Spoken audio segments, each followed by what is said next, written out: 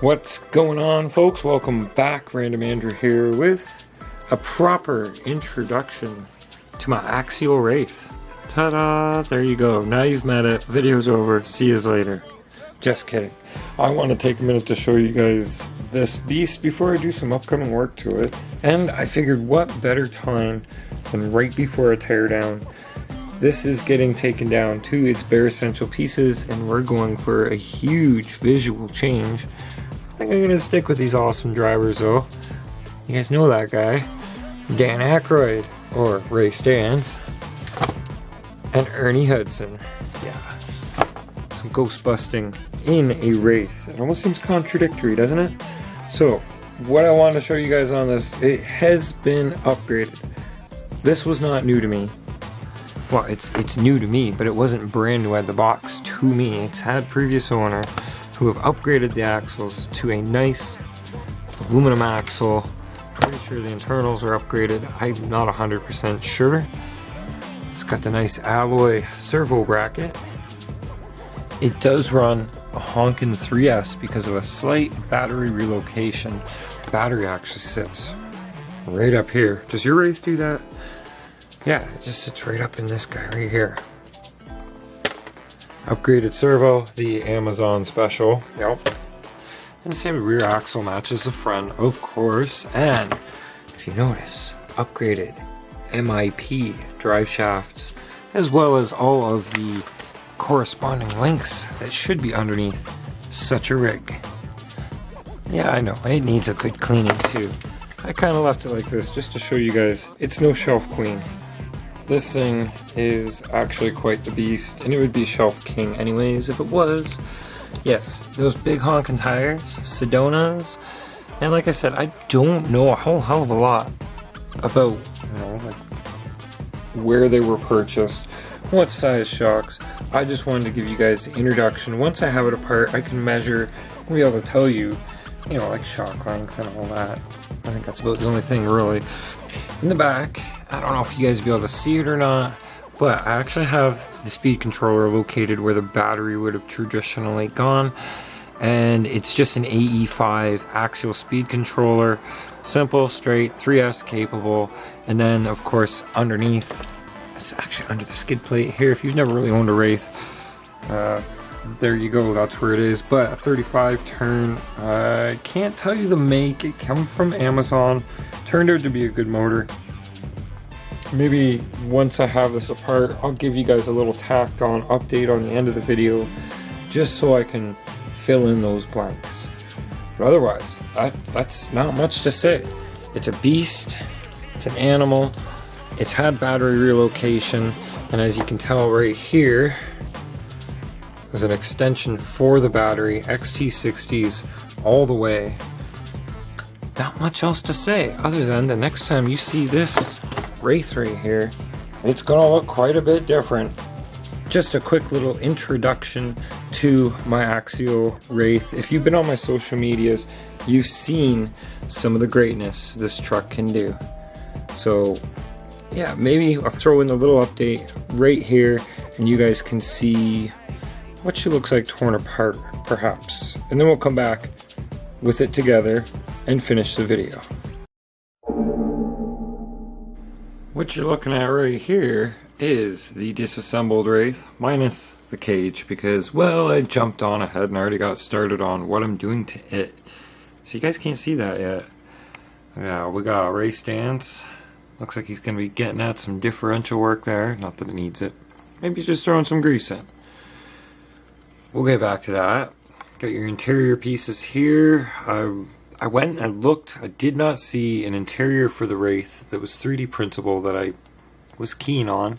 So I'm thinking what's going to happen here is I'm going to use the dimensions of what was in the Wraith, and I'm going to cut myself a new one. Well, I'll print myself a new one. And these seats, yeah, they're just foam. So we might as well go ahead and work on some seats too.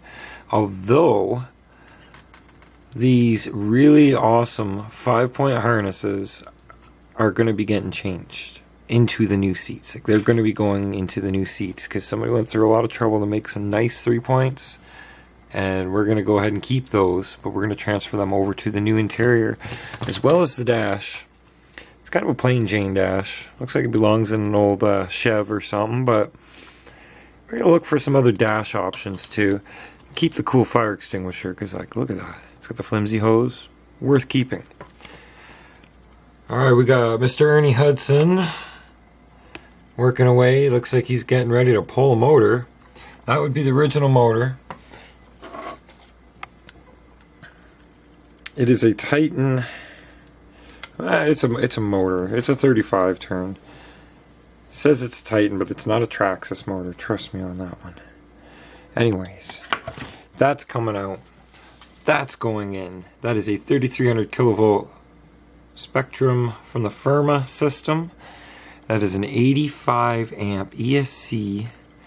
I've already had it in here before. If you've seen some of my social media posts, you will know that it's got some jam behind it. And I'm tired of not having that jam. You know, we got the 2-speed transmission. Might as well just put a brushless in it and say, give her. Yeah, we'll say give her. That's the original ESC that will be getting replaced. So yeah, I told you guys I'd show you all the parts, all apart. And it's not much to see really. We'll be doing something with these. We'll be doing something with the hood and the roof piece in time. But you guys are going to have to stay tuned. I'm going to do that as a separate part. I don't know if I'm going to show the reassembly, but I'll show you the finished product and probably having fun with the finished product. Now return you to your regular fully assembled Wraith. There you have it. Hopefully that fills in a few of the blanks I couldn't say earlier in the video. Just a short vid. The multi-platform beast. This thing is big. It is actually, I should actually throw in a quick side-by-side comparison before the end of the video, but I want to say about the multi-platform that I keep saying. You set this up on a brushed motor, you're good to go anywhere. I mean, whatever conditions you can imagine. It's got the 2-speed transmission in it, so you can get right down to crawl speed and use that low-end torque. This seems to kind of be lacking in, like, say, a 35 turn. You can change that with a different motor, though. And then you got a 2-speed, so you still got the top end of your transmission. And then, if you go brushless, it's a whole new animal, but it will destroy itself. And I don't mean the gears. I have not had a problem knock on hood. I've not had a problem with ring and pinion or transmission gears or even the hex nut itself. What I mean is it keeps loosening its own wheel nuts no matter what you do, or eating the hex pin underneath. I'm sure there's ways around it. We won't get into that though. So yeah, side-by-side comparison real quick. So here you are with a nose-to-nose comparison. I've actually had to come out a fair bit from the work table. You can see we got some size difference going on. You want to see a side-by-side, you say. Here's your side-by-side comparison. There you go, dead down the middle. You can see the Wraith is a larger truck. And I love it. It's the largest one I own. I'm going to have to say it's actually, I'm going to say it's bigger than my Gladiator. With these tires on it, the AR60 axles, or it's kind of like a Vanquish clone, maybe an Endura. I can't say for 100% sure, but yeah, they are based on the AR60 versus the OG SCX10. Voila, my Wraith. Stay tuned. Next time you guys see this, it's going to be a completely different beast. Thanks for watching, guys.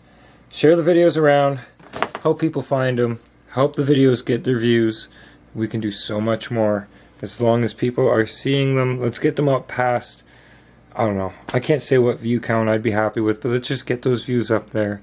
Help the videos get seen. Thanks a lot, you guys. Have a great one.